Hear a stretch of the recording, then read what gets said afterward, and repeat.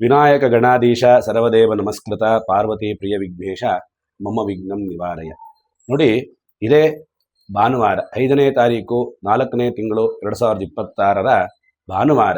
ಈ ಶುಭ ದಿನ ವಿಶೇಷವಾಗಿ ಸಂಕಷ್ಟಹರ ಚತುರ್ಥಿ ವ್ರತಾಚರಣೆ ಇದೆ.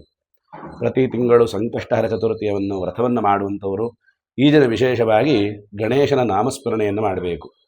ಓಂ ಗಂ ಗಣಪತಯೇ ನಮಃ ಅನ್ನುವಂತಹ ಮಂತ್ರವನ್ನು ಕನಿಷ್ಠ 21 ಬಾರಿ ಜಪಿಸಬೇಕು. ಹಾಗೆ ಗಣಪತಿಯ ಮೂಲ ಮಂತ್ರ ಉಪದೇಶ ಇರುವಂಥವ್ರು ಓಂ ಓಂ ಶ್ರೀಂ ಹ್ರೀಂ ಕ್ಲೀಂ ಗ್ಲೌಂ ಗಂಗಣಪತಯೇ ವರವರದ ಸರ್ವಜನಮ್ಮೆ ವಶಮಾನೆಯ ಸ್ವಾಹ ಈ ಮಂತ್ರವನ್ನು 108 ಬಾರಿ ಜಪಿಸಬೇಕು.